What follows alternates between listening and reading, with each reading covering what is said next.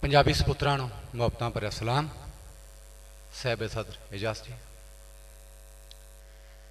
क्यों बेरंगे ख्वाबां दे लई अखियां वेचण टुर पे हो? क्यों बेरंगे ख्वाबां दे लई अखियां वेचण टुर पे हो? मेरी जू दे दानिशमंदो सोचां वेचण टुर पे हो?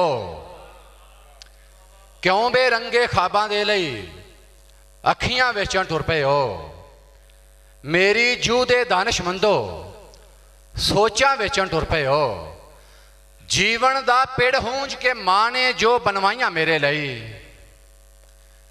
जीवन दा पेड़ हूंज के मां ने जो बनवाइयां मेरे लई, गर्जां लई क्यों वीरो मेरियां वंगां वेचण टुर पे हो?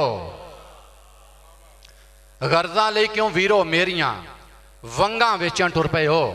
और बहुता चिरे मोडियां उत्ते सिर सलामत नहीं रहने, बहुता चिरे मोडियां उत्ते सिर सलामत नहीं रहने, जेड़े सिर बचावन दे लई पग्गां वेचण टुर पे हो? जेड़े सिर बचावन दे लई पग्गां वेचण टुर पे हो? बई अणखी चादर छिरदी पई है, दुनिया गल्लों फिरदी पई है, और मेरा टब्बर पग ते मोया तेनू झलिया सिर दी पई है। मेरा टब्बर पग ते मोया तेनू झलिया सिर दी पई है। जीवन का की चाला पूछना है? मोठे च रेत ते किरदी पई है, मोठे च रेत ते किरदी पई है। पंजाबी दिहाड़ा भी मनाया जा रहा है, पंजाबी सामे भी बैठे ने, पंजाबी शायरी भी बैठी है, पंजाबी शायरी भी सुनाई जा रही है, फिर भी पता नहीं क्यों गूंगे होके बैठे ने दोस्त। जिस तरह रात गुजारन दीवे बाबा जी, जागते शायर इस तरह जीवे बाबा जी।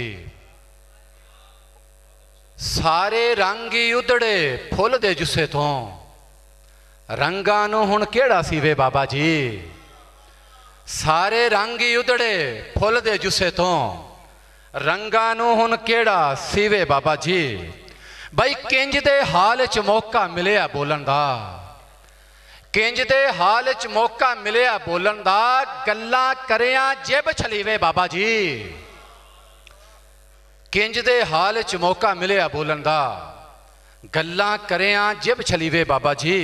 और तां पौनी दी हिक चों धागा फुटदा ए, तां पौनी दी हिक चों धागा फुटदा ए, जेकर तकले नाल वलीवे बाबा जी।